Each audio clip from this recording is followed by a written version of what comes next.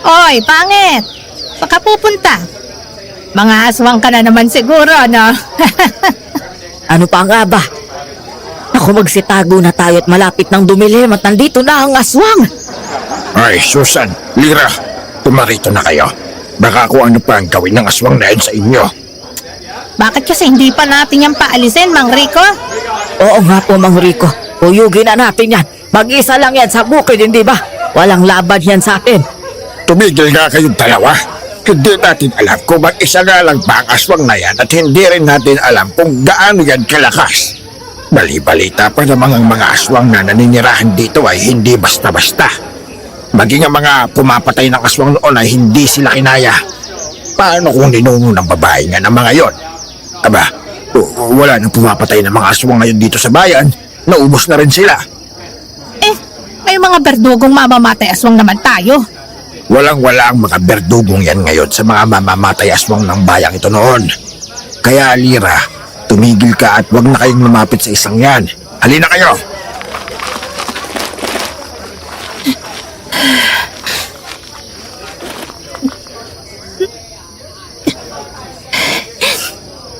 Kalma lang, Clara. Magpapatulan. Hindi ka papatol.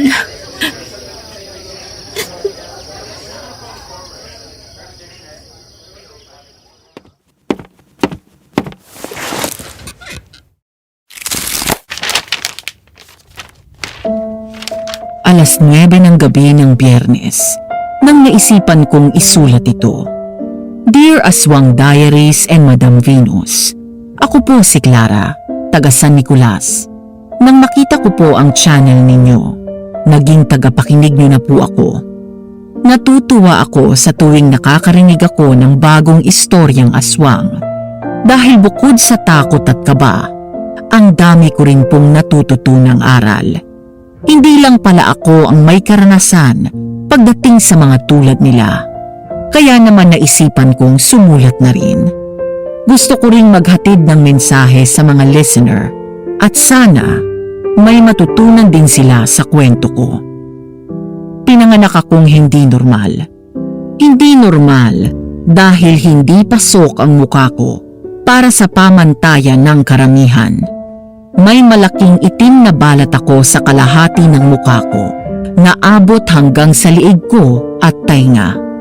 Sobrang layo sa ibang dalaga sa lugar namin na makinis ang mukha. Pangit ako, yun ang sabi nila. Hindi lang yun ang kakaiba sa akin dahil pati ang buto ko sa likuran ay baliko.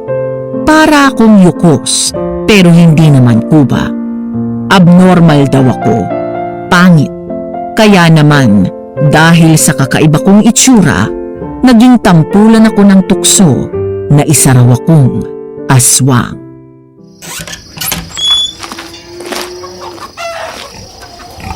Kumusta mga alaga ko? Kumain na ba, ha? O ito at may dala akong pagkain. Ayan, masasarap ang mga yan, ha? Nako, Batchoy, ang laki-laki mo na. Pwede na kitang ibenta sa palengke. Ay, kaso, hindi ko alam kung may bibili sa'yo. Ayaw nila sa akin, Batchoy eh. Aswang daw ako. Porkit ba may balat ako? Porkit baliko ang katawan ko? Grabe, kung makabintang sila sa akin, parang nakita na nila akong kumain ng tao. Hindi nga nila ako kilala. Hindi ako pumupunta masyado sa bayan. Paano nila nasabi yun? Hindi ko maintindihan ng mga tao, Batchoy. Bakit ganun na lang sila kung makapanghusga? Kalungkot lang. Gusto ko sana silang maging kaibigan. Kasi wala na akong pamilya, di ba? Tapos kamumuhian lang pala ako ng buong bayang to. Nakakalungkot, Batchoy.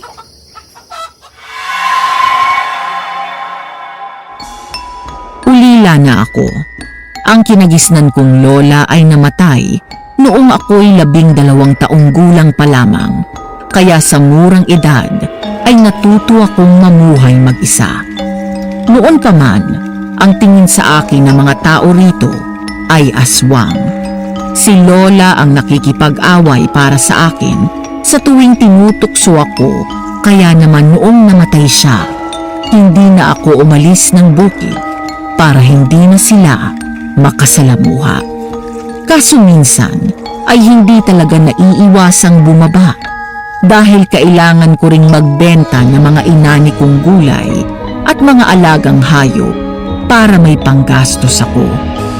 Kailangan ko ng pera kasi sa totoo lang ay gusto ko nang lumayo sa bayang ito at magsimula sa ibang lugar na walang nakakakilala sa akin. Palubog na ang araw at narinig ko na rin ang mga kuliglig sa paligid. Kaya naman, inayos ko na rin ang aking mga alaga.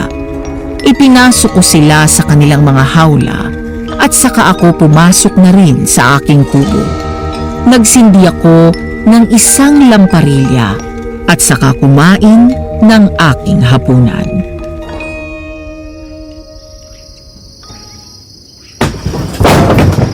Ano yun?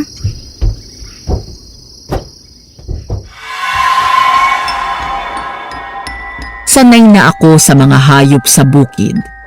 Pero nang gabing yun, tila kakaiba ang kalabog na aking narinig. Hindi yun hayop.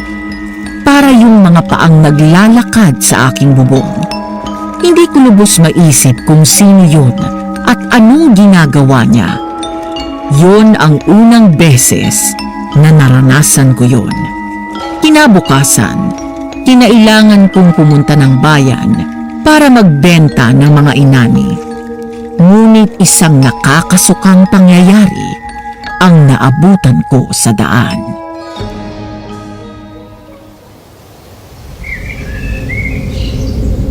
Hindi!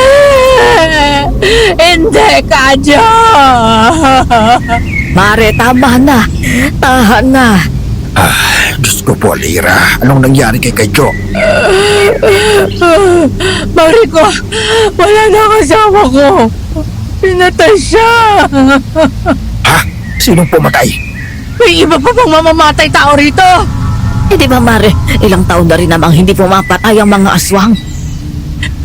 Baka nagalit yung pangit. Baka nagtawag siya ng iba pa niyang kalahi. Magbabayad ng kung sino maggumawa nito. Hahabulin ko ang pangit na yon.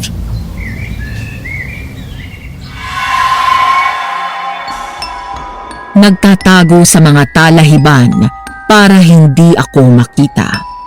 Nagkumpulan ang mga tao sa gilid ng kalsada habang nakapalibot sa katawan ni Mang Kadyo. Puno siya ng dugo mula mukha hanggang katawan. Bukas ang tiyan niya. Wakwak, kaya naman lumabas na mula rito ang bituka niya at iba pang laman loob. Nakakasulasok ang masangsang na amoy, kaya naman dinumog siya ng naglalakihang bangaw. Dilat pa ang mga mata niya na para bang nakita niya talaga si kamatayan bago siya malagutan ng hininga. Pati ang puso niya'y nakalabas at wakwak. Nakakatakot. Pero mas natakot ako sa banta ni Mang Rico, kaya nagmadali akong umalis doon. Siniguro kung hindi ako mapapansin ng mga naroon, dahil kung hindi, ay baka hindi na ako makabalik ng bukid. Kagat ang aking labi. Halos madapa-dapa ako sa pagtakbo. Kumakalabog ang aking puso habang tumatakbo. Nang makarating ako sa bahay, ay mabilis kong sinara ang mga bintana at ang pinto ng aking kubo.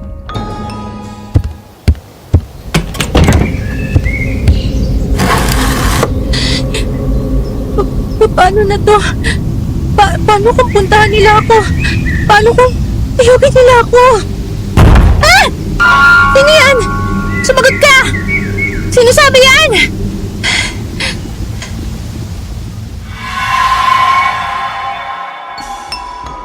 Wala akong narinig na sagot. Hindi ko alam pero nakaramdam ako ng takot na mga sandaling yun. Pakiramdam ko ay may masamang mangyayari. Hindi na ako nakalabas ng araw ngayon. Maging sa mga sumunod na araw ay hindi ako lumabas ng kubo. Gabi-gabi akong ginagambala ng mga pagaspas ng pakpak. at kalabog sa aking bubong. Nang sinubukan kong pumuntang muli sa bayan, ay saka ko nalaman na hindi si Mang Kadyo ang huling biktima ng kung anumang hayop na pumapatay.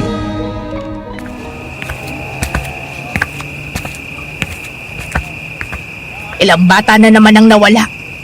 Kasunod ni Kadyo, 3 bata ang nawala kahapon. Salo talaga ang aswang na yon.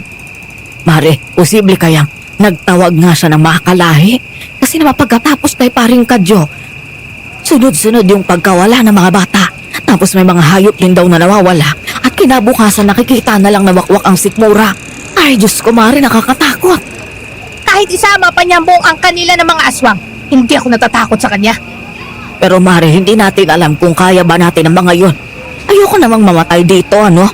Natatakot na ako. Ayoko na dito, Mario. Palis na lang kaya tayo. Sumama ka na sa amin, Kevin. Ano pinagsasasabi mo? Walang aalis. Hindi tayo aalis. Ayoko na talaga dito. Aalis na kami ng pamilya ko. Hindi ako aalis hanggat hindi ko na igaganti ang asawa ko. Ikaw, hindi mo ba ipag-iiganti ang ginawa ng aswang na yun sa alaga mong baboy? Hindi ba't namatay ang isa mong pamangkin dahil inaswang ang buntis mong pinsan? Ay, kailan ba kasi natin gagantihan ang aswang na yon? Hira! Mang Rico, bakit ka umahangos? Nandun na ang mga kasamahan natin. Saan? Sa bahay ni Berta, naghahanda na sila sa gagawing pagsalakay sa bahay ng aswang. Talaga? Abay, maganda. Ano pang hinihintay mo? Tara na! Ano? Ay, Diyos ko, Mari, ayokong sumama doon. At bakit hindi? Ayaw mo maghiganti? Sasama ka dahil tayo mismo ang papatay sa aswang na yon. Pero... Pare! May aswang!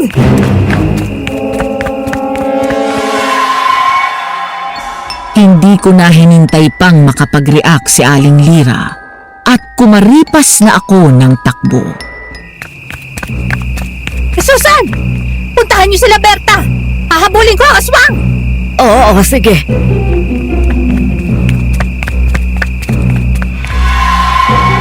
Naiyak ako habang sumisigaw si Aling Lira sa likuran ko. Ilang beses na akong nakabangga ng tao, pero wala akong pakialam. Nakalabas ako ng palengke at hinahabol pa rin ako ni Aling Lira. Kaya naalerto ang mga tao at hinabol na rin ako. Binilisan ko ang pagtakbo at humahangos na isinara ang pinto nang makarating ako sa kubo. Napaupo na lang ako sa sobrang pagod.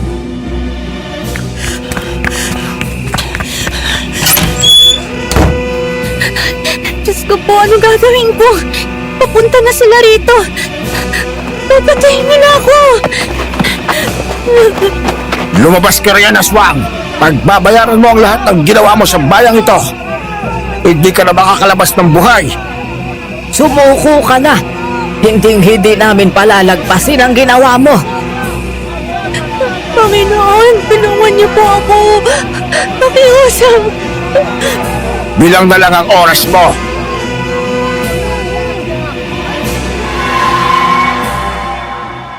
Takot na takot ako ng mga oras na yon habang naririnig ko ang sigawan nila sa labas at ang pagpapalabas sa akin ni Mang Rico.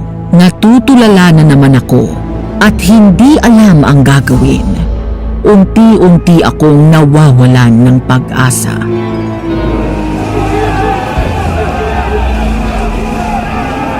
Ano pang hinihintay natin? Sunugin na natin ito, mga kasama! Mga kasama, ngayong gabi, tatapusin na natin ang banggagambala ng aswang na ito. Sabay-sabay natin siyang ihatid sa impyerno.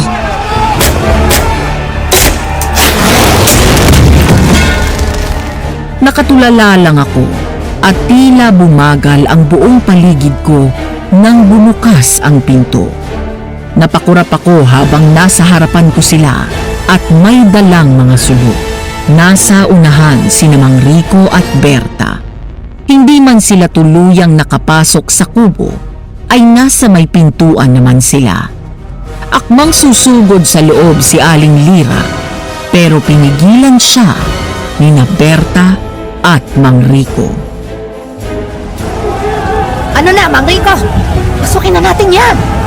Umalahon ka, Lira. Di ba't ang usapan ay pahihirapan muna natin yan? Parang yung mga ginawa niya sa mga biktima niya. Bibigyan ka namin ng pagkakataong tumakas, Clara. Kung ako sa'yo, galingan mo magtago sa gubat. Na natin kung makatakas ka nga. Pagbabayaran mong ginawa mo kay Kadyo. At ang lahat ng kasalanang ginawa mo sa mga batang kinain mo, lalo na sa pamangkin kong salo ka. Hindi ako aswang. Tingin mo maniniwala kami, ha? Ano? Takbo na!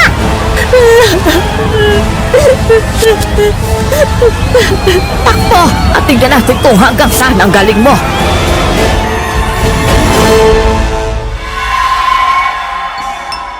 Umiling ako, hindi gumagalaw. Panay ang kantsaw nila sa aking tumakbo.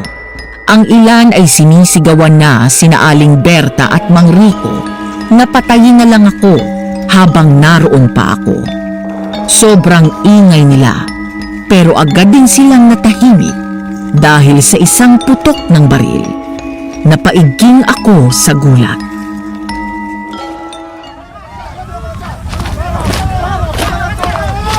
Sino ka? Anong ginagawa mo? Aswang yan! Oo nga. Salot yan sa bayang ito. Pinatay niya ang asawa ko. Umalis ka dyan kung ayaw mong pati ikaw sunugin namin. Tama. Sino ka ba? Bakit ka nakikialam? Hindi siya aswang. Mali kayong lahat. Anong mali? Anong pinagsasasabi mo? Hindi mo ba nakikita? Ang pangit-pangit na babaeng yan. Kaya aswang yan. Oo. Tama, aswang siya. Noon pa man, alam na yan ng lahat ng tao nandito. Aswang siya ng pamilya niya. Hindi ka siguro taga rito kaya hindi mo alam. Teka, kilala ko siya. Hindi siya taga rito. Siya ang berdugong usap-usapan sa kabilang mga bayan. Berdugo? Kung ganon, pumapatay ka ng aswang, hindi ba? Bakit mo kami pinipigilan? Oo nga. Kaya mo na kaming patayin ng isang ito. Ayaw mo nun. Hindi mo na kailangan kumilos at kami na ang gagawa nun para sa'yo. Hindi nga siya aswang. Hindi siya ang pumapatay. Matagal na akong pumapatay at nakakasalumuhan ng mga aswang at malalaman ko kung ang kaharap ko ay kabilang sa lahi nila. Ang babaeng to ay tao. Hindi siya kabilang sa kanilang lahi. Hindi. Nagkakamali ka sa sinasabi mo yan. Umalis ka dyan. Kung ayaw mo, ikaw ang una naming patayin.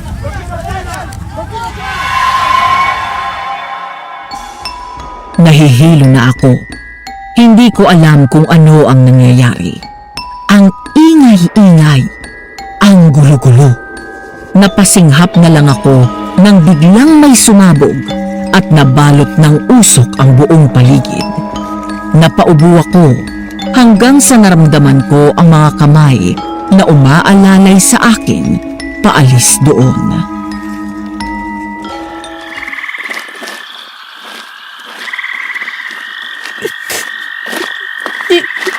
Sino ka? Huwag ka na magsalita. Kailangan nating umalis dito. Bilis, bilis. Kailangan hindi nila tayo maabutan dito. Saan ba tayo pupunta? Anong ginagawa natin dito? Huwag ka na muna magtanong na magtanong. Basta sumunod ka na lang.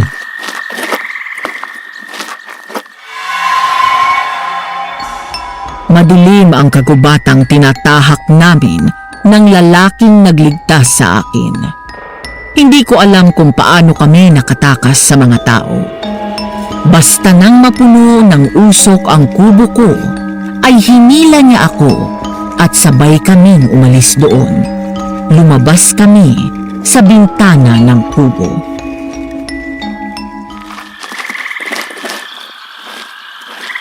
Pagod na ako. Hindi pa tayo nakakalayo ng husto. Hindi tayo sigurado kung walang nakasunod sa atin. Kaya bilisan mo at huwag ka nang hihinto. Pero hindi ko na kaya. Bibigay na ang mga pa ako. Kaya mo yan, bilis.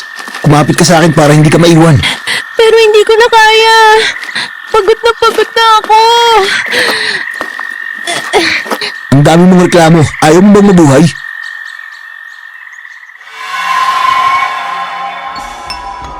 Naiyak na lang ako sa sinabi niya.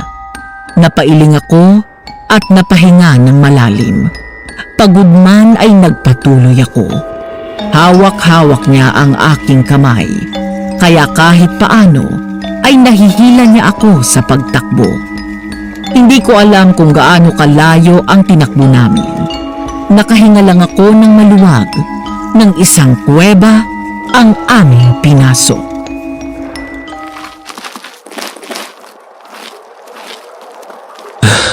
Nandito na tayo. Dito na muna tayo magpahinga. Bukas na bukas, tignan natin kung anong kalagayan ng kubo mo. Tingin mo talaga? May mababalikan pa tayong kubo? Baka sinunog na nila yun. Pati mga alaga ko rin. Nadamay na. Sarili mo na lang dapat ang iniisip mo ngayon. Maaari ka nilang patayin pag nakita ka pa nilang buhay. Paniguradong tutuluyan ka na ngayon. Mas mabuti na siguro yun. Baka hindi talaga para sa akin ang mundong to. Mas mabuti nga siguro mawala na lang ako na matapos ang paghihirap ko. Kahit naman anong sabihin ko, hindi may ibang tingin nila sa akin eh. Bakit ko papahihirapan ang sarili ko? Ganun na lang yun. Suko na agad. Hindi mo man lang ipaglalaban ang sarili mo. Hindi mo papatunayan na mali sila sa mga hinala nila sa'yo. Sino ka ba? Anong kailangan mo sa akin? Hindi mo ba narinig ang mga sinabi ng mga kabaryo mo kanina? Isa akong berdugo. Pumapatay ako ng mga aswang. Bakit mo ako niligtas? Dahil aswang ang pinapatay ko, Clara. Hindi tao. Kilala mo ko? Sinabi sa akin ng mga taga-palengke nung papunta ako rito. Hindi ako masamang tao, Clara. Aswang lang ang pinapatay ko.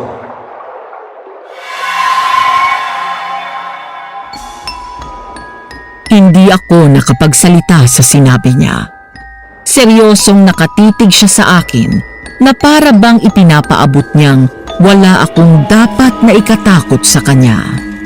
Ako ang unang umiwas ng tingin. Niyakap ko ang aking mga tuhod at saka ibinaling sa ibang direksyon ang mukha.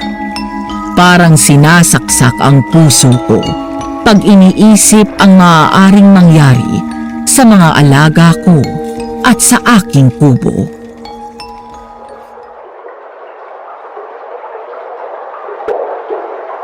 Pupuntahan natin ang kubo at ang mga alaga mo bukas.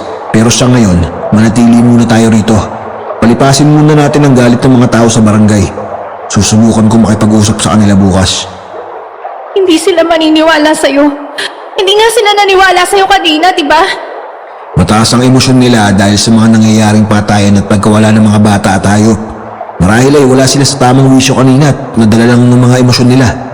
Bukas pag humupa na ang emosyon ng lahat ay kakausapin ko sila. At kung hindi pa rin sila maniniwala, tatakbo na naman ako. Magtiwala ka, hindi ko hahayaan yun. Sisiguraduhin ko yun. Bakit ako maniniwala sa'yo? Dahil hindi kita ililigtas kung alam kong masama kang tao.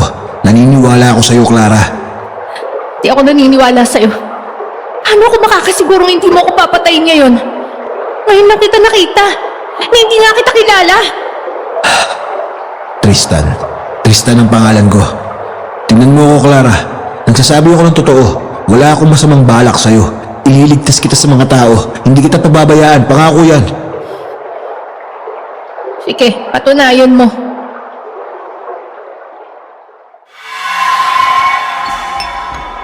Siya naman ay natamene. Tinitingnan ko siyang mabuti hanggang sa siya na rin mismo ang umiwas ng tingin.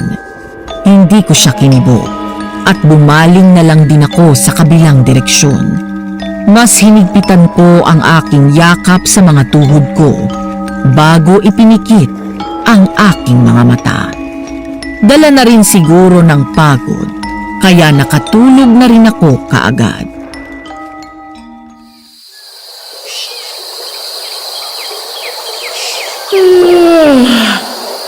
Buti naman at gising ka na. Ano oras na? Mag-aalas 7 na ng umaga. Ano? Teka, ang kubo! Huwag ka nang pumunta. Ha? Ano sinasabi mo? Akala ko pa pupuntahan natin ang kubo ko. Nagpunta na ako. Sinunog nga nila ang kubo mo. Pati ang mga hayop mo ay patay na. Hindi! Hindi! Patawad, Clara. Sabi mo wala mangyayari sa mga alaga ko sa kubo ko. Sabi mo ikaw ang bahala. Paano na ngayon, ha? Wala na akong mapupuntahan. Sana nga, namatay na lang ako kagabi. Clara, hindi mo dapat sinasabi yan.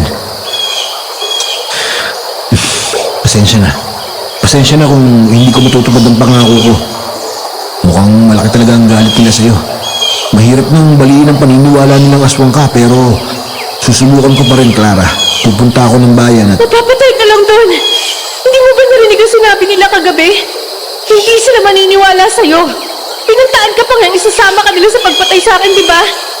Aakalain nilang tinutulungan mo ang aswang na tulad ko.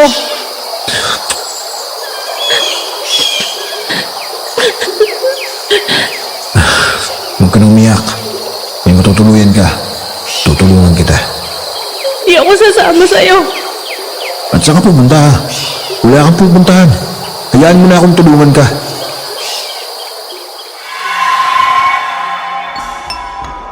Hindi ako sumagot at hindi rin siya pinansin.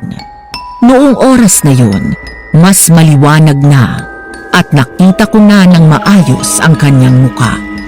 May itsura siya. Mahaba ang kanyang buhok pero hindi niya naman yun ikinapangit. Moreno. Tapos makisig pa. Napalunok ako at inisip ang kanyang tanong. Tama naman siya. Wala na akong pupuntahan dahil ang kubong yun na lang ang natitira sa akin.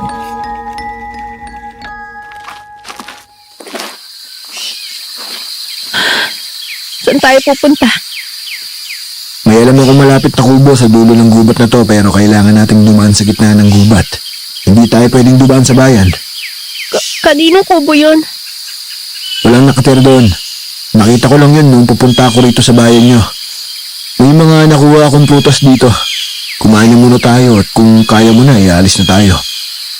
Sige. Kumain ka ng kumain. Kailangan mo ng lakas at medyo malayo ang lalakarin natin. Nagpunta ka ba sa bayan? Hindi na. Nang makita kong naabo na ang kubo mo, hindi na ako tumuloy.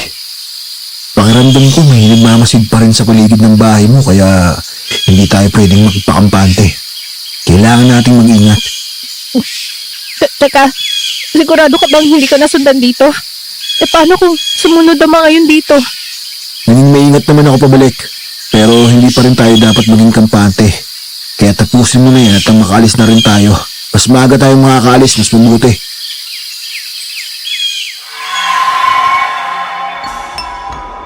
Hindi ako sumagot sa kanya at tumango na. Mabilis akong kumain ng mga pagkaing dala niya. Pagkatapos naming kumain, ay tumayo na ako at nagsimula na nga kaming maglakad papunta sa magubat na parte.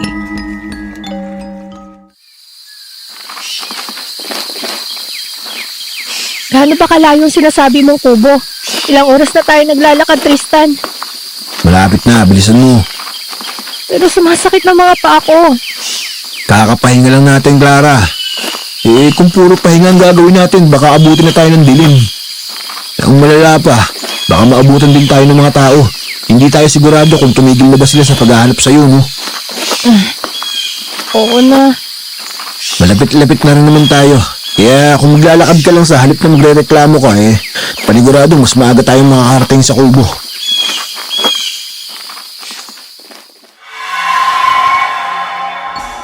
Bumuntong hininga ako habang naglalakad kami sa gubat. Tirik ang araw kaya pawis na pawis ako. Halos hindi ko na rin magalaw ang mga paa ko sa pagod. Buti na lang ay binigyan ako ni Tristan ng tungkod. Isang sandali pa ay nakarating kami sa isang ilog at sa kabila noon ay may natanaw akong isang kubo. Napasinghap ako at tila nabunutan ng tinik sa dibdib habang nakatingin sa punong nasa kabilang bahagi ng ilog. Yun na ata ang kubong titirhan namin.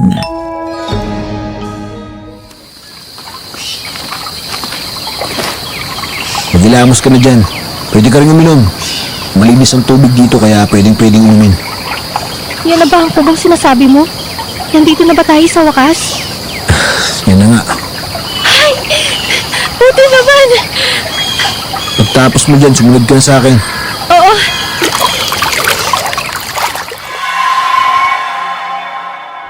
Dinama ko muna ang lamig ng tubig bago ako tuluyang sumunod sa kanya.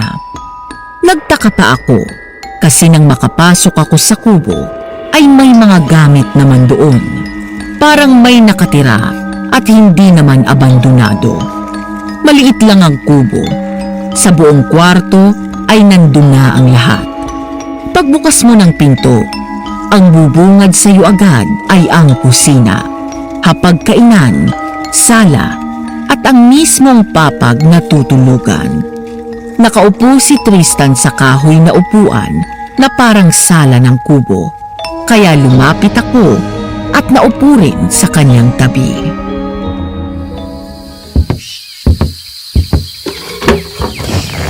Tapos ka na? Oo. Gutom ka na ba?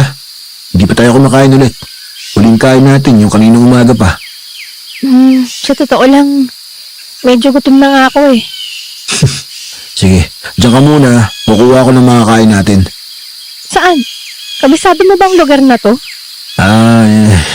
Sabihin na nating madiskarte ako kahit sa mga bagong lugar na hindi ako pamilyar. Yabang. May taray ka palang tinatago, no? Ano? Wala. Sige na, dito ka lang. Hindi mo pa kabisado ang gubat na to kaya huwag ka nang umalis. Teka, paano kung may mapadpad na taga-baryo rito? Saan ka pupunta? Diyan ka lang sa labas. Maraming puno riyan. Baka meron din akong makuhang mga ligaw na hayop. Pwedeng sumama na lang ako. Tutulungan na lang kita. Ayoko mag-isa rito. Sige na, sumama ka na. Salamat. Pero sigurado ka bang kaya mo na maglakad? Oo, kaya ko na. May tungkod naman ako eh. Sige, ikaw bahala.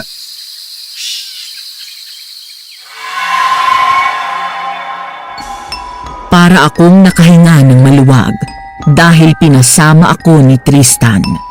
Nakasunod lang ako sa kanya. Sa likuran kami ng kubo nagtungo. Ilang sandaling paglalakad lang at marami na kaming nakitang mga prutas at gulay. Tama nga siyang maraming makakain sa paligid. Hindi ko alam, pero pakiramdam ko talaga, hindi niya unang beses na makapunta roon.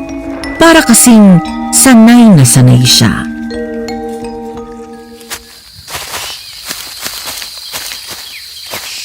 Magsabi ka nga ng totoo. Hindi to ang unang beses na nakapunta ka rito, no? Ano?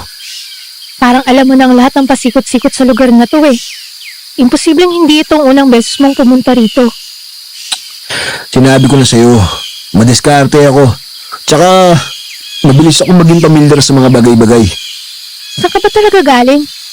Imposible namang pag-alagala ka lang. Totoong pag-alagala lang ako. Simula nung maging berdugo ako, hindi na rin naman ako pumipirma sa isang lugar. Ilang aswang na bang napatay mo? Marami na rin. Hindi ko na mabilang. May mga kaso ka rin ba na tulad ng sakin? Anong ibig mong sabihin? Yung napagkamalan lang na aswang? Wala. Ikaw pa lang ang kauna-una ang aswang na sinumbong sa akin na hindi naman talaga aswang. Hindi mo pa sinasabi ang totoong dahilan bakit mo ako niligtas. Hindi ka ba talaga naniniwala sa akin? Hindi kita pinatay dahil tao ka at hindi ka aswang. Ganun lang kasimple yun. At tinulungan mo pa akong magtago. Dahil papatayin ka ng mga kabari mo at hindi kaya ng konsensya kung hayaan kang mamatay na lang kahit na kaya ko namang tulungan ka.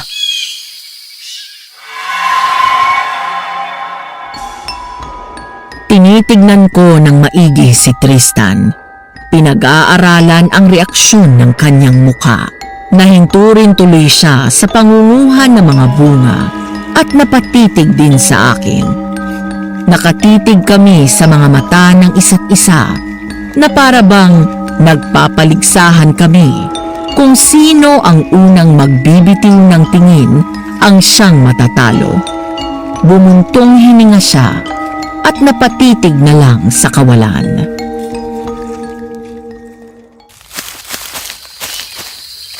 Dahil ayoko matulad ka sa kapatid ko. Ha?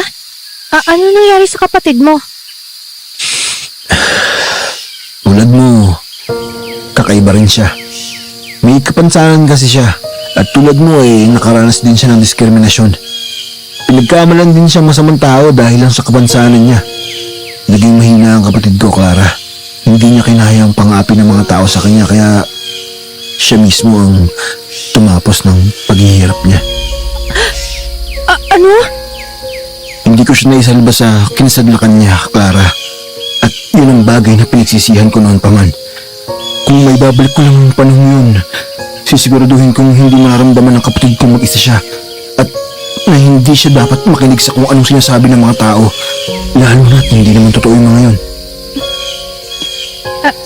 Ano ba ang kapansanan ng kapatid mo? Clara, isa siyang kuba. Ang sabi ng mga tao sa bayan namin, kaya raw siya nagkaganon dahil isinumpa siya at may kakambal daw siyang demonyo. Walang gustong makipagkaibigan sa kanya. Iniiwasan siya ng lahat, kinukutya, minamaltrato. Hanggang sa napagod siya at siya na mismo ang gumawa ng paraan para hindi na niya maranasan ang mga yon. Kung sana'y mas tinutukan ko siya at hindi ako puro trabaho nun, naligtas ko pa sana siya. Kung sana'y mas pinaramdam ko sa kanyang hindi siya nag-iisa, buhay pa sana siya ngayon. Binigo ko siya, Clara. Isa ako sa dahilan kung bakit siya namatay. Tristan, Kaya ikaw lumaban ka. Alam mong hindi totoo ang mga sinasabi nila kaya lumaban ka. Huwag kang padadaig sa kanila.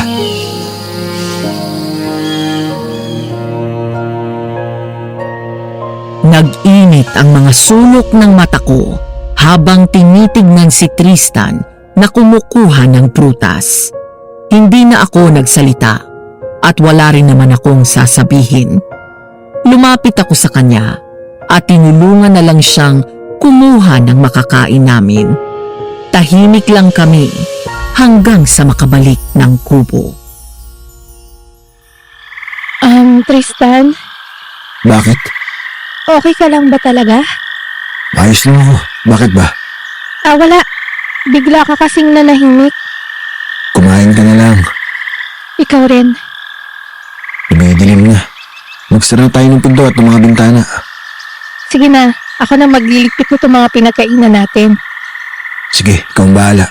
Ikaw nang matulog sa papag, sa upuan na lang ako. Sigurado ka? Oo, Tristan, sigurado ka bang walang nakatira dito?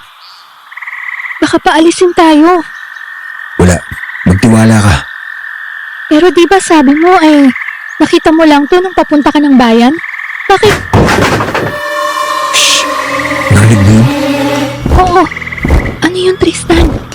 Hindi mo alam? Aswang yun. Anong gagawin natin? Shh! Huwag ka muna maingay. Pakiramdaman muna natin kung anong gagawin niya. Sige.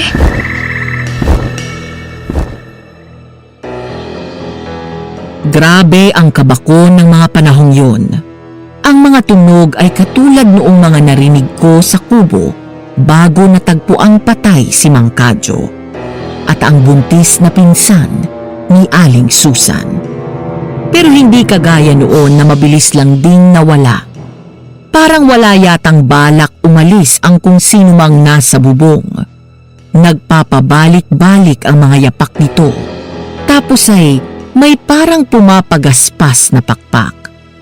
Ilang saglit pa ay isang matinis na palahaw ang narinig namin, dahilan para mapatakip kami ng tainga. Sinundan yon ng kalabog sa may pinto, kaya mabilis kaming napapunta ni Tristan doon at hinarangan yon ng aming mga katawan. Malakas nitong hinampas ang pinto. Tila gusto nitong pasukin kami. Tristan! Anong gagawin natin? Kumuha ka na sila ibawang sa kusina. Bilis! isaboy mo sa gilid ng mga bintana. Bilisan mo! Ito na!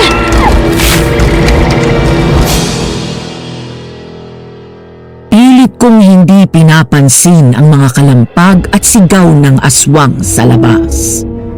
Kahit na nanginginig ang kalamnan ko sa takot, ay nilabanan ko yun para lang malagyan ng asin ang mga bintana. Narinig ko ang pagmumura ni Tristan, kaya napalingon ako sa kanya. At ganun na lamang ang panlalaki na mga mata ko nang masira ang pinto at tumilapon si Tristan. Tristan! Huwag! Huwag ka lalapit, Clara. Diyan ka lang! Tristan! Hoy! Demonyo! Halika rito! Tristan, mag-iingat ka! Nanginginig ako sa takot habang nakatingin kay Tristan na nakikipaglaban sa aswang. Hawak niya ang isang matalas na kawayan at yon ang kanyang ginagamit na panusok sa aswang. Pero mabilis ang aswang sa pag-ilag at nakakalmot niya si Tristan. Gusto kong tumulong pero natuod ako sa aking kinatatayuan at nanginig ang mga tuhod ko sa takot. Nanlaki ang mga mata ko nang akmang mahuhuli ng aswang si Tristan. Pero mas mabilis si Tristan na sinabuyan ito ng asin at saka tinusok ng mahabang kawayan sa bandang puso nito. Huwag ka nang babalik dito, demonyo! Tristan! Ayos ka lang ba? Oo! Ikaw! Ayos ka lang? May mga sugat ka! Ayos lang ako. Dapis lang yan. Kahit na! Dapis lang yan, Clara. Huwag kang mag-alala. Tara, tulungan mo akong ayusin yung pinto. Kailangan na rin natin magsaboy ng asin maging sa labas. May pakiramdam mo kung babalik ang aswang na yan. Sige, Halika na. Tulungan mo muna ako. Hindi tayo pwedeng magpakampante at baka hindi na tayo sikatan ng araw niyan. oo, oo.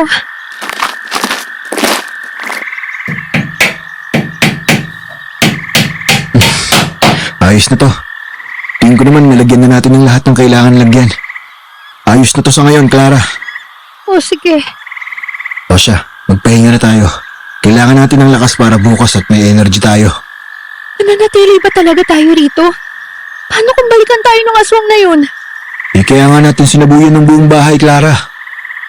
Hindi pa rin ako mapalagay. Kumalma ka. Ligtas na tayo. Sa ngayon.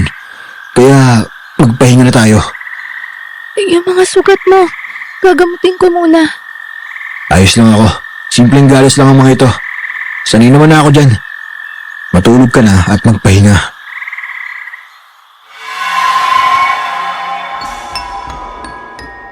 Hindi na ako nakipagtalo at sinunod na lang siya. Nauna akong pumwesto sa kahoy na kama habang siya ay nakaupo pa sa isa sa mga stool na upuan habang malalim na nag-iisip at hawak ang kanyang matulis na kawayan. Nang gabing yun ay pinilit kong matulog kahit na ang aking utak ay nababalot ng takot at pagtataka. Paano nakaabot ang aswang dito? At paano nito na lamang may tao rito?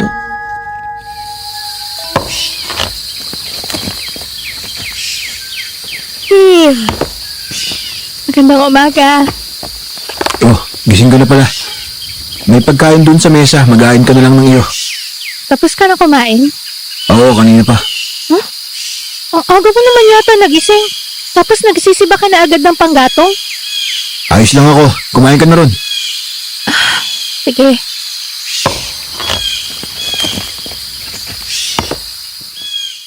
Sinunod ko si Tristan at bumalik na rin ako sa loob para kumain. Maraming prutas doon, pero may nakita rin akong lutong karne. Nangaso siguro siya, kaya nakita ko rin ang ulo ng isang baboy ramo kanina sa labas. Kumain ako, gaya ng sabi niya, at maya-maya lang ay pumasok siya, dala ang kanyang kawayan. Sinundan ko siya ng tingin at nakita kong may inaayos siyang mga itak sa kusina.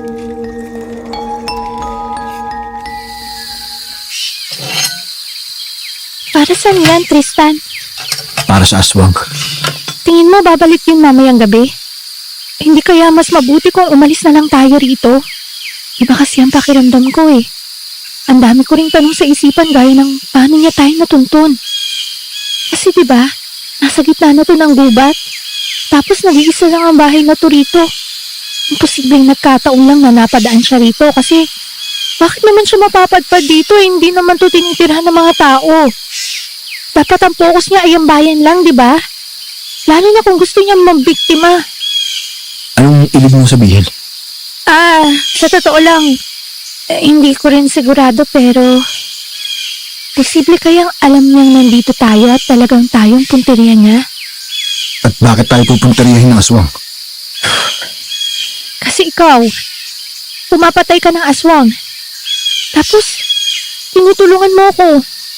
Tapos, Tapos, magtapat ka nga, Clara. Tristan, May alam ka ba tungkol sa mga aswang? hindi, May alam ka. Sabihin mong alam mo sa akin, Clara. Tristan, naisip ko lang naman yun. Hindi naman ako sigurado kung Sino ka ba talaga, Clara? Ano meron ka? Bakit ka nila pinagbibintang ng aswang? At bakit ka sinusundan ng aswang? sinasabi mo. Gusto nila akong patayin kasi ang akala nila, aswang ako. Pero hindi ko alam kung anong sinasabi mong sinusundan ako ng aswang. Ang sabi ko, baka ikaw... Ilang buwan na ako nakatira dito, Clara. Pero ang unang pagkakataon niyusub ako ng aswang ay kagabi. Dahil nandito ka. Ano? Oo, Clara. Matagal na akong naninirahan sa kubong ito. Simula nung marinig kong may aswang sa bayan niyo, pinili ko ng magmatsyag at dito ako tumutuloy sa kubong to para walang makakaalam na nagbabantay ako. Malakas ang pakiramdam ng mga aswang. Malalaman nilang pag pinagmamanmanan sila. Pero ikaw, hindi mo alam na minamanmanan kita. So, kaya mo ako kilala na? Kasi matagal mo na akong minamanmanan? Oo. Sadyang mo pang husga ang mga tao kaya akala ko normal na tao ka lang na napagkamalan. Totoo naman, Tristan. Hindi. Kung titignan mo parang simpleng kaso nga lang ng napagkamalang aswang dahil sa itsura. Pero sa mga nangyari, parang ikaw talaga ang sinusundan ng aswang na yun, Clara. Hindi pa malinaw sa akin ang lahat. Pero sumugod ang aswang na yun dito dahil nandito ka. Ang tanong, bakit? Sino ka ba, Clara? Anong kailangan nila sa'yo? Tristan, hindi ko talaga alam ang pinagsasasabi mo. Wala akong alam. Clara, huwag ka nang magmaang-maangan. Alam ko may tinatago ka. Ngayon, hindi natin malalaman ang totoong kailangan ng aswang na yon kung hindi natin malalaman ang dahilan kung bakit ka hinahabol. Clara, ito na ang pagkakataon mong linisin ang pangalan mo sa mga tao. Hindi ko nga rin alam, Tristan. Hindi ko alam kung bakit ako gustong patayin ng aswang na yun. Wala akong alam. Hindi ko naman sila hinahunting. Hindi ako sumunod sa yapak ng mga ninuno ko dahil ayokong mamuhay ng ganon. Ayokong humabol ng mga aswang. Ayokong pumatay. Ang gusto ko lang ay mamuhay ng normal. Hindi ko gustong ituloy kung ano man ang nasimula nila. May iba akong pangarap, Tristan. At hindi kasali ron ang pumatay ng aswang. Ang gusto ko lang maging masaya at maging tanggap ng mga tao. Ano? Isa ka ring berdugo?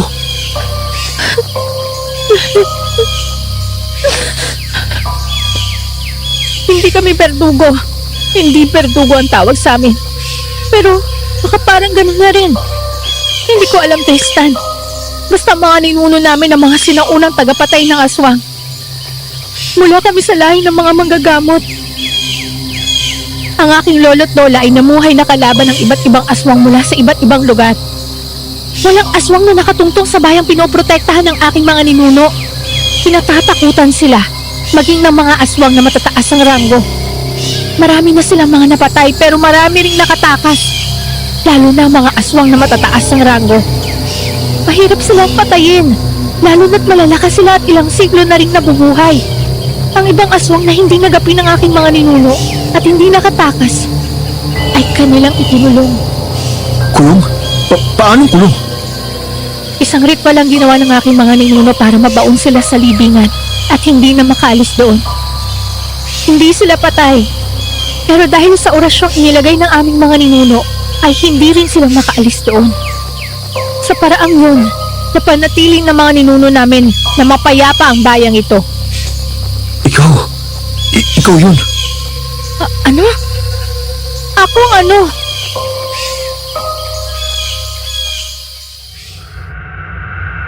Hindi agad nakasagot si Tristan. Nanatili ang kanyang mga titig sa akin at parang tinatansya niya kung dapat bang sabihin ang kung anumang sasabihin niya. Mas lalo akong nagtaka. Nagsalubong ang aking mga kilay sa kanya. Suminghot ako at pinahid ang aking mga luha. Anong sinasabi mo, Tristan? Hindi kita maintindihan. Kung galing saan kang pumuprotekta sa bayang ito, ikaw marahil ang tinutukoy ng mga kasamahan kong berdugo. Na ano nga?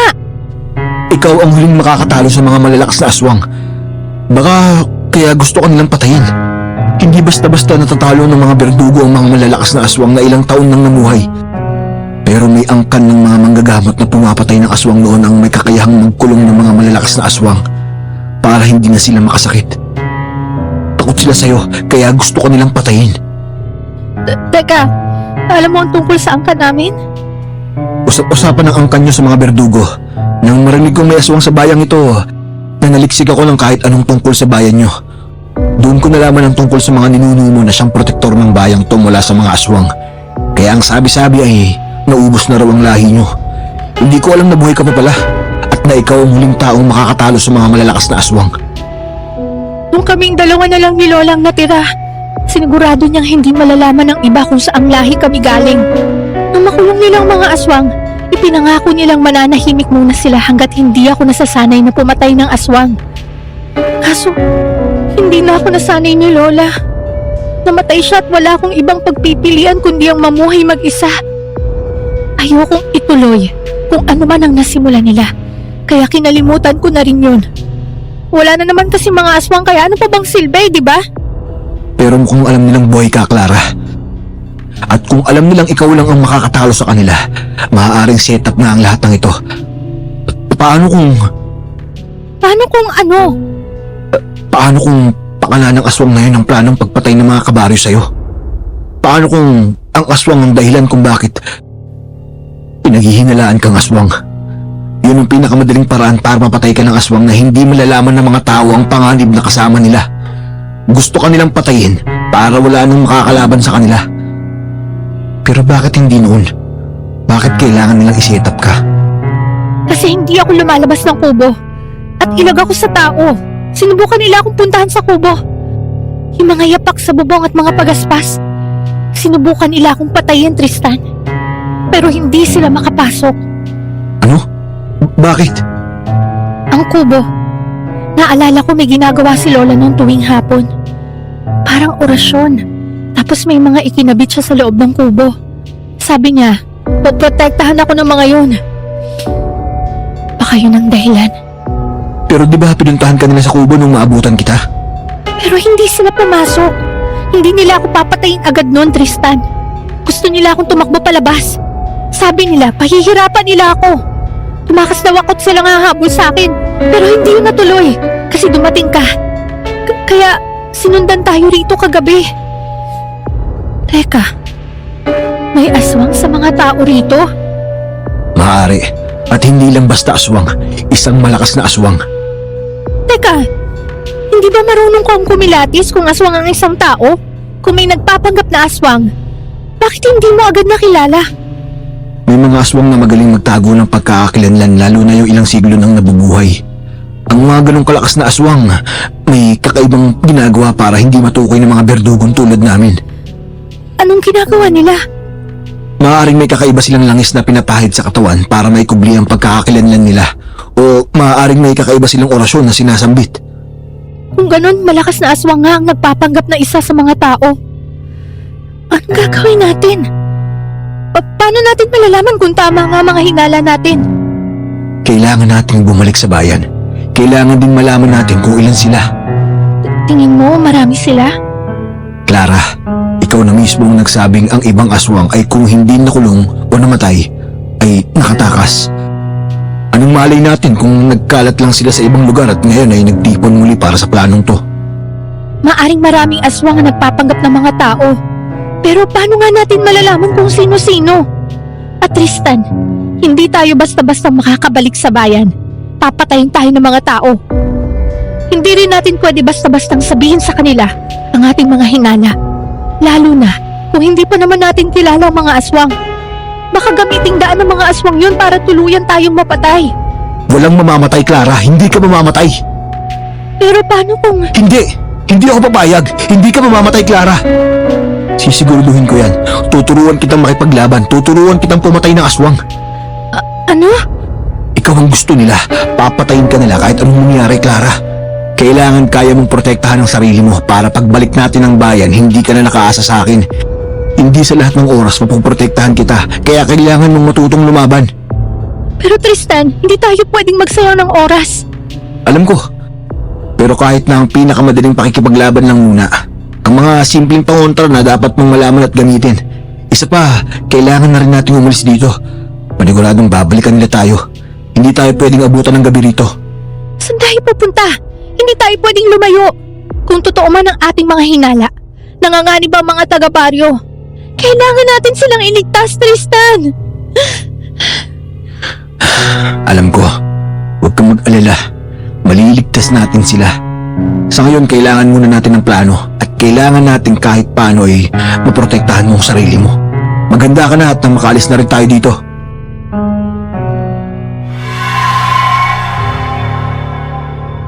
Sinunod ko ang sinabi ni Tristan. Wala akong dalang damit, kaya pinahiram niya ako ng kanya na naroon nga sa kubo. Tinulungan ko siyang ihanda ang mga kagamitang pangontra sa aswang, gaya ng asin, bawang, buntot pagi, sibat, at kung ano-ano pa. Nagulat pa nga ako na ang dami niya palang mga armas. Tinuruan niya ako kung paano gamitin ang ilang armas, gaya ng sibat at buntot pagi. Limitado lang ang oras namin, kaya gustuhin niya mang turuan pa ako ng maigi ay hindi pwede. Bago lumubog ang araw, nakaalis na kami sa kubong yun at naglakbay na sa mas masukal na bahagi ng gubat.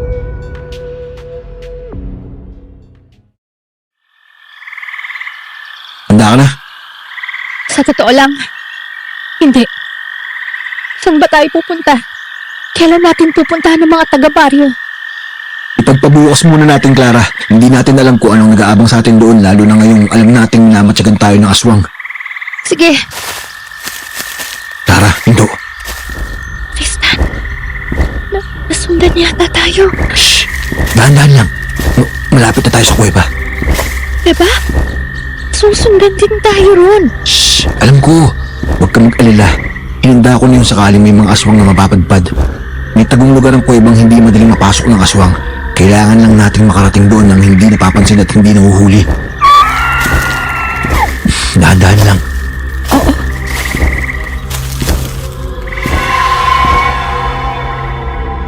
Dahan-dahan lang ang aming mga yapak at pinipili naming magtago sa mga malalaking puno.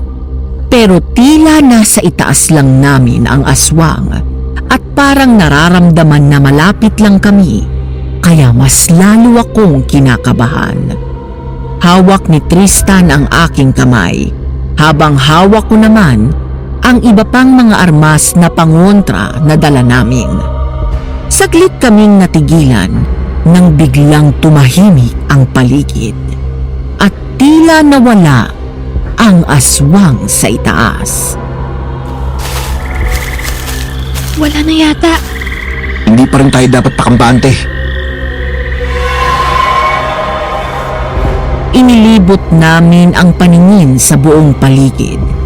Nagsindi si Tristan ng flashlight at sinuri ang buong kagubatan. Huminga ako ng malalim hanggang sa bigla na lang akong nanlamig nang makita sa hindi kalayuan ang parang may mga pares ng matang nakatitig sa amin. Tristan! Ayun siya! Clara, takbo! Tristan! Malapit na siya! Bilis, bilis! Tristan! Malapit na tayo sa kuweba. Pag nakita mo na ang bukana ng kuweba, tumakbo ka papasok. Haharangin ko ang aswang. Ha? Teka! Huwag ka ng maraming tanong, Clara. Bilis! Oo!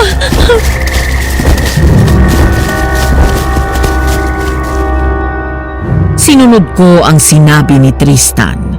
Nang makita ko ang kuweba, ay mabilis akong kumaripas ng takbo papasok, habang siya ay inabangan ang aswang.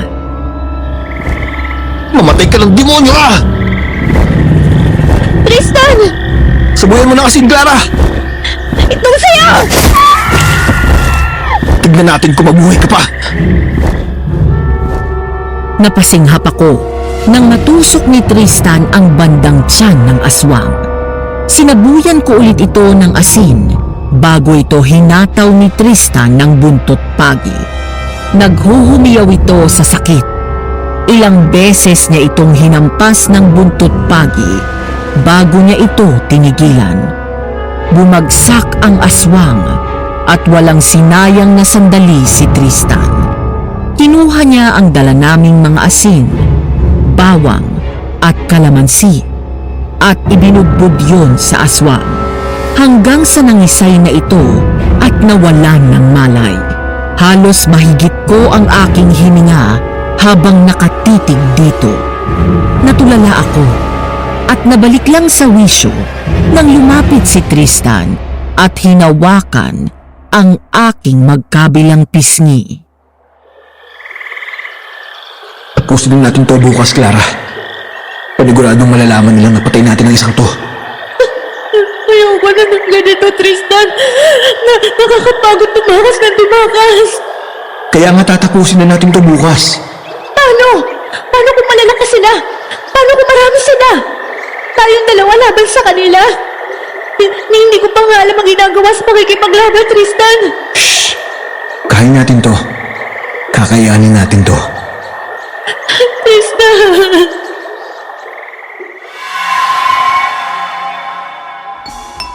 Kinabukasan, maagang pumunta ng bayan si Tristan para tignan ang sitwasyon habang ako nasa kuweba at patuloy na inaaral ang mga itinuro niya at hinanda ang aming mga armas.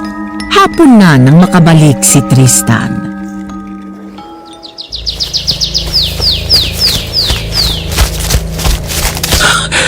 Clara, Tristan! Bakit ka umahangos? Ano nangyari sa bayan? Nakita ka ba nila? Hinahabol ka? hindi. Ang mga taga-baryo, Bakit? sinalakay sila ng mga aswang. Ang daming namatay. Clara, kailangan na natin mahanap ang totoong aswang. Nagkakagulo ron ngayon. Nawawala ang mga bata at pinaghahanap ka nila. Paano? Ano nang gagawin natin? Itong langis.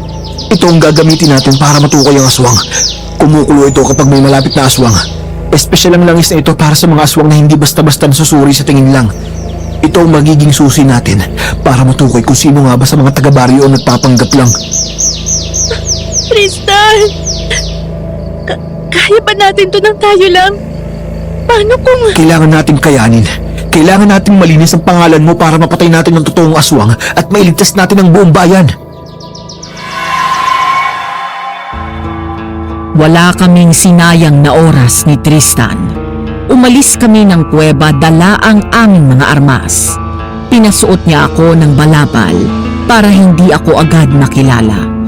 Bumalik kami sa kubo para kumuha ng iba pang gamit. Saka kami naglakbay pabalik ng bayan. Kailangan naming matukoy ang aswang at maiharap ito sa mga taga-baryo. Kailangan namin itong patayin para mailigtas ang mga tao. Halos ilang oras din kaming naglakad ni Tristan bago kami makarating sa dati kong tinitirhan. Napapikit na lang ako nang makita ang kalunos-lunos na sinapit ng aking tirahan. Nagtuloy-tuloy kami sa paglalakad hanggang sa makarating na kami sa bayan.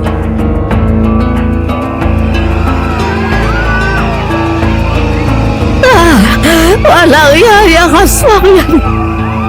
Inubos niya ang pamilya ko. Papatayin ko ang aswang na yan! Dapat na siyang mamatay! Mga kasama, tama na ang paghihintay. Siguradong hindi pa nakakalayo ang babaeng yon. Hanapin natin at nang makapaghiganti tayo. Tama! Salot ang babaeng yun. Huwag na nating hintayin pang maubos tayo.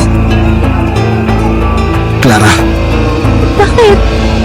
alam ko na kung sino ang aswang. Sino? Ang babaeng yan.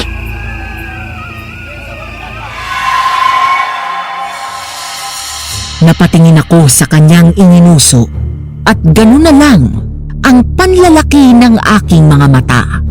Lalo na nang makita ko kung paanong halos umapaw na sa lalagyan ang langis. Natulala ako nang biglang may naramdaman akong mga matang nakatitig sa amin. Si Aling! Ang aswang! Nandito ang aswang! Clara, takbo! Huli! Ito yung aswang na yan! Kami na ang bahala sa babae niyan, mga kasama. Clara, bilis!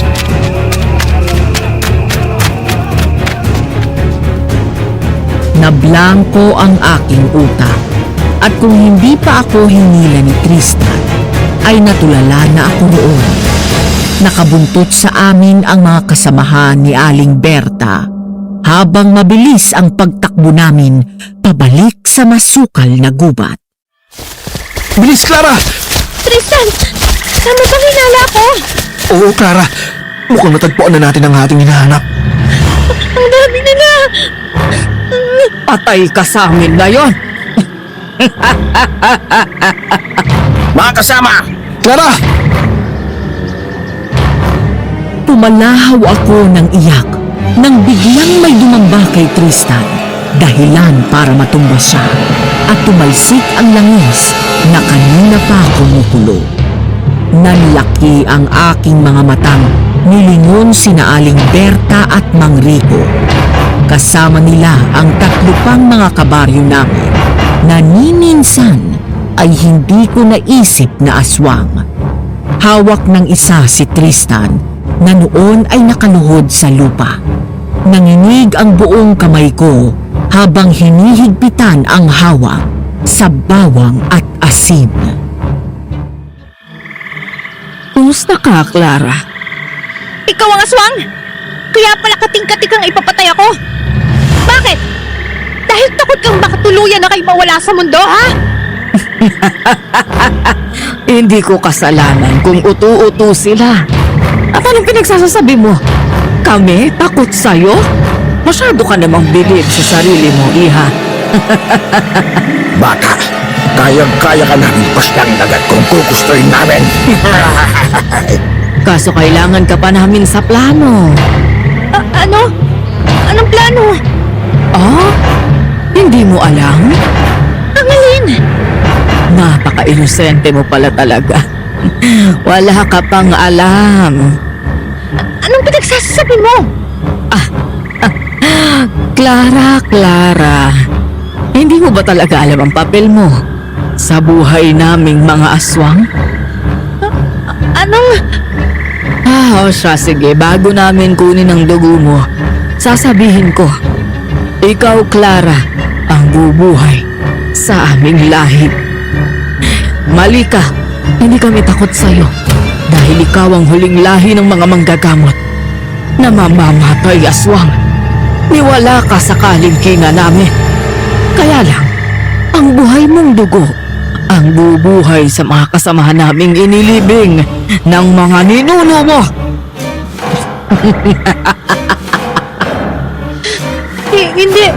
Hindi yan totoo. Sa tingin mo, bakit hindi ka namin agad pinatay, ha?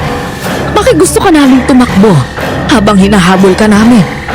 Yon ay dahil kailangang buhay ka habang pinapatuluan ng dugo mo ang libingan na ang aming mga kasamang nakakulong. Hindi! Hindi yan totoo! O bakit? Hindi mo matanggap na sa halip na maging mamamatay aswang, ikaw pa ang bubuhay sa mga pinunong aswang? Hindi yan totoo! Nagsisinungaling ka!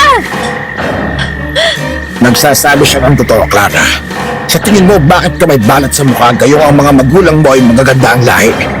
Yun ang dahil natatangil ka, Clara. Hindi ka mamamatay aswang. Ikaw ang bubuhay sa aming lahi pag nabuhay mo ang mga pinuno namin.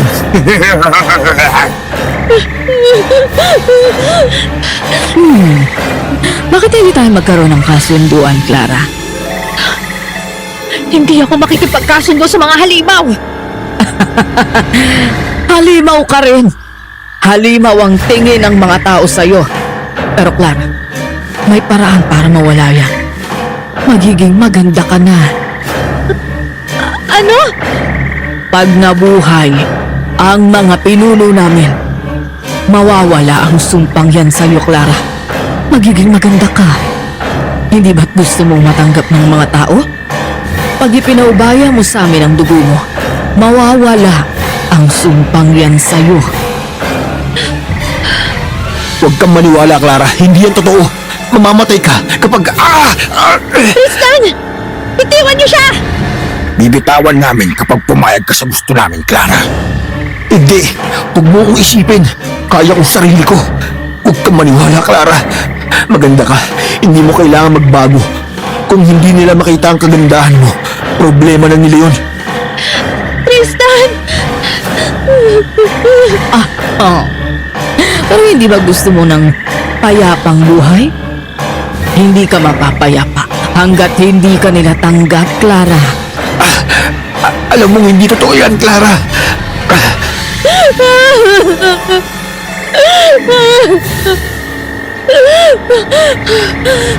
Sige na, Clara. Pag-isipan mo.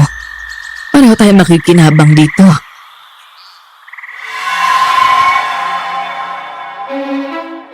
Nakakatuksong tanggapin ang alok ni Aling Berta. Kahit na alam kong maaari nga nila akong traidorin. Mas lamang sa isip ko na baka nga yun na ang paraan para gumanda ang buhay ko at hindi na ako tuksuhin. Yun ang pinapangarap ko. Pero sa tuwing tinitignan ko si Tristan, bumabalik sa akin ang mga pinagdaanan namin at ang mga ginawa niya sa akin kahit na ganito ang itsura ko. Naalala ko si Lola at ang mga magulang ko. Wala pa akong masyadong muwang noon, pero ramdam ko namang mahal nila ako. Kung papayag ka, Clara, hindi na nila iisiping aswang ka. Tama. At hindi mo na rin kailangang magtago. Huwag kang makinig, Clara. Tinalansi ka ng mga yan. At ano? Mabubuhay kayong kasama ng mga tao? Hindi ako tanga!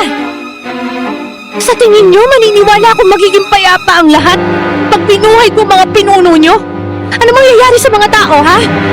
Gagawin yung karne? Talagang mas pipiliin mo ang daas, Clara? Sige, tapusin na natin to at nang malaman nilang lahat na ikaw nga ay isang halimaw. Hindi na malilinis ang pangalan mo.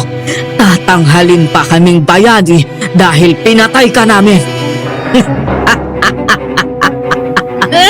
Walang iya kayo! Ipapaako nyo sa akin ang mga kasalanan nyo! Kayo ang dapat mamatay! Kasalanan ito ng mga ninuno mo, Clara. Kung sana'y hinayaan nila kaming mabuhay noon, hindi ito mangyayari. At ano? Gagawin niyo kaming pagkain? Ano kami baliw? Kalma lang, Dayong Berdugo. Kung ako sa'yo, tanggapin mo nang ito na ang katapusan nyo. Hindi ako papayag! At ano, Clara? Lalabanan mo kami? Mahina ka! Kahit magkamatayan tayo, hindi ako papayag magpasakop sa inyo! Clara, wag!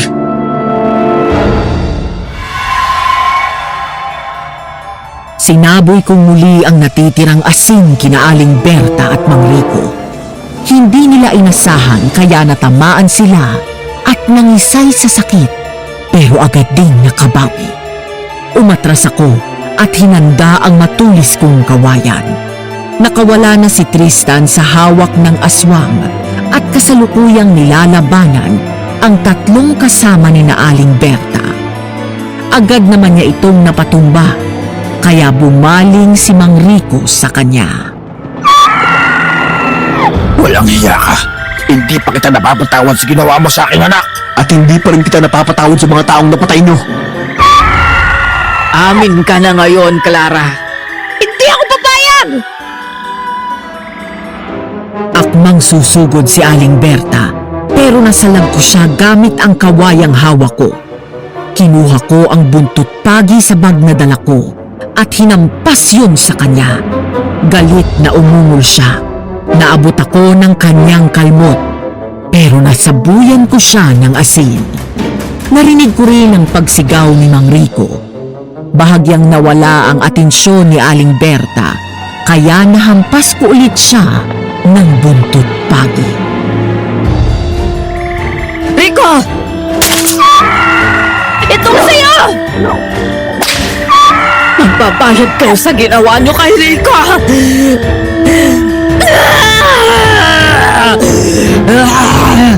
Clara! Akin ka, Clara! Akin ka! Bumalik ka na sa impyernong pinanggalingan mo! Tristan!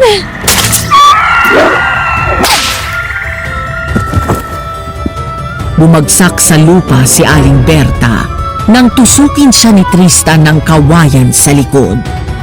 Sinaboy ko ang asin sa kanya at pinalibot naman ni Tristan ang buntot pagi sa kanyang leeg. Nandito sila! Nandito ang aswang! Kuyugin ang aswang! Itong mga aswang bang tinutukoy nyo? Ha? Hingal na hingal akong tinignan ang kumpol na mga taga-baryo na may mga dalang sulo. Singhapan at bulong-bulungan ang narinig namin sa kanila. Lahat sila ay titig na titig kay Aling Berta na hawak pa rin si Tristan at kay Mang Rico na nakahandusay, pati na rin sa iba pang mga patay na aswang. Teka! Si Berta yan! At si Mang Rico! Bakit ganyan ang itsura nila? Para silang mga... Aswang! Oo, sila ang mga aswang na hinahanap nyo at hindi si Clara. Ayaw nyo pa rin maniwala ha? Narito na ang ebidensya. Sila ang mga aswang na matagal nyo lang hinahanap. Ito na sila. Binitiwan ni Tristan ang nanghihinang si Aling Berta at saka siya lumapit sa akin. Hindi lahat ng halimaw nagtatago. Minsan ang iba'y nakakasalumuhan na natin. Hindi lang natin napapansin dahil mas inuunan natin ang pagiging mapanghusga. Dahil kakaiba ang anyo halimaw na agad. Paano yung mga magagandang itinatago sa kagandahan ng totoong pagkakakilanlan, ha? Ngayon, pagmasdan nyo ang totoong mga halimaw na siyang sinasambapan ninyo noon.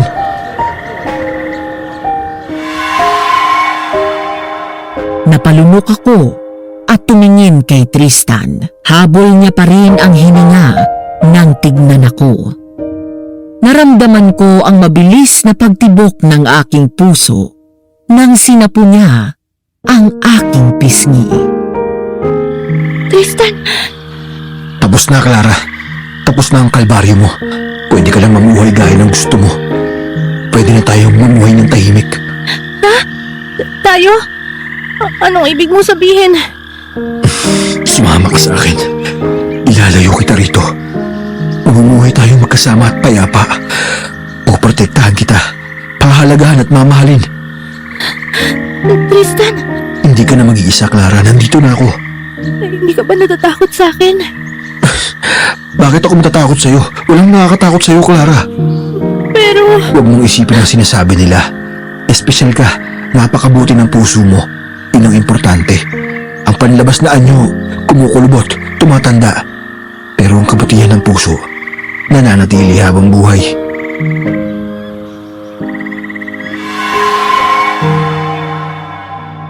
Naramdaman ko ang pagtulo ng aking mga luha nang marahan akong higitin ni Tristan sa isang mahigpit na yakap. Nakagat ko ang aking labi at napayakap na rin sa kanya. Ilang segundo ang lumipas bago kami tuluyang naghiwalay. Ngumiti sa akin si Tristan at hinalikan ako sa noo. Napapikit ako at napangiti na rin. Hinawakan niya ang aking kamay bago ako inakay paalis doon. Nadaanan namin ang mga taga-baryo na hindi tinitigilan ang mga nakahandusay na aswang hanggat hindi sila nakakasiguradong wala na nga ang mga ito. Bumalik kami ni Tristan sa kubo niya para mag-empake at kinabukasan ay agad din kaming umalis.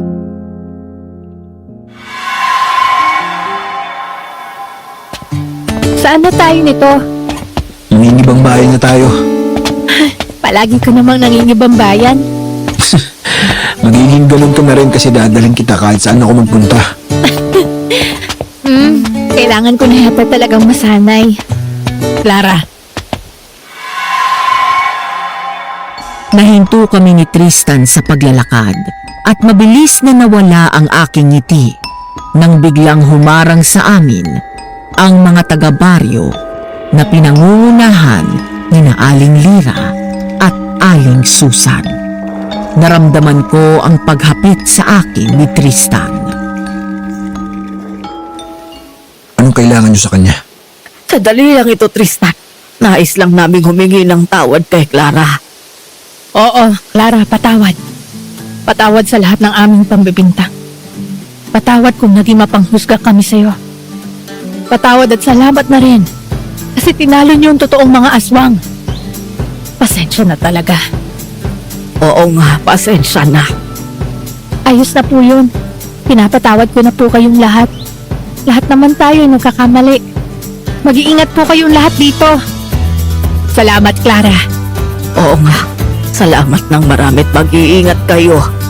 Salamat po. Mauna na po kami sa inyo. Sumunod sa paghingi ng tawad ang iba pa naming mga kabaryo. Tipid na ngumiti ako sa kanila. Bahagya akong yumuko sa kanila at saka kumaway. Kumaway rin sila pabalik sa amin. Umangkla ako sa braso ni Tristan at sumandal dito habang naglalakad kami. Nakangiti kong nilisan ang bayang kinalakihan ko. Masaya akong magbabagong buhay dahil sa wakas ay nalinis ko na ang aking pangalan at nabulgar na rin ang katotohanan. Ngunit maraming lihim pa rin ang nananatiling nakabaon. Katulad na lang ng aking pinagmulang angkan, ang kulungan ng mga aswang na nasa bayang yun. At ang sumpa sa akin na maging susi para mabuhay ang mga nakakulong na aswang. Hindi ko alam ang bagay na yun. May bahagi ko na ayaw maniwala, pero may bahagi rin naniniwala at natutuwa. Kasi kahit paano, may rason pala kung bakit ako nagkaganito. Hindi ko alam kung bakit ako ang pinili, pero mabuti na rin siguro kasi kahit paano, nasisiguro kong hanggat nabubuhay ako, hindi na makakabangon sa hukay ang mga pinunong aswang. Hindi namin alam ni Tristan kung nasaan ang libingang tinutukoy ng aking mga ninuno. Ang importante ay hindi yun mabubuksan dahil wala na rin naman akong balak bumalik sa bayang yon. Pero hindi rin namin alam kung ako lang ba ang natatanging nilalang na may ganitong sumpa. Kasi kung ang mga aswang nga ay nagkawatak-watak, hindi malabong baka ang mga lahi ng manggagamot din. Hindi pa nga lang sila natatagpuan. Sa madaling salita, naroon pa rin ang posibilidad na mabuhay ang mga nakakulong na mga aswang doon. Panahon na lang siguro ang magtatakda. Hanggang dito na lamang po ang kwento ko. Maraming salamat sa pakikinig. Kung sakali man pong mapili ang kwento kong ito, gusto ko po sanang makabasa ng mga comments ninyo. Hindi sigurado kung gaano karami ang mga lahi ng aswang sa mundo. Kayo ba? Sa tingin nyo, may ganito ring senaryo sa inyong bayan? Kung meron, pasagot naman po ako sa comment section sa ibaba. Magbabasa po ako.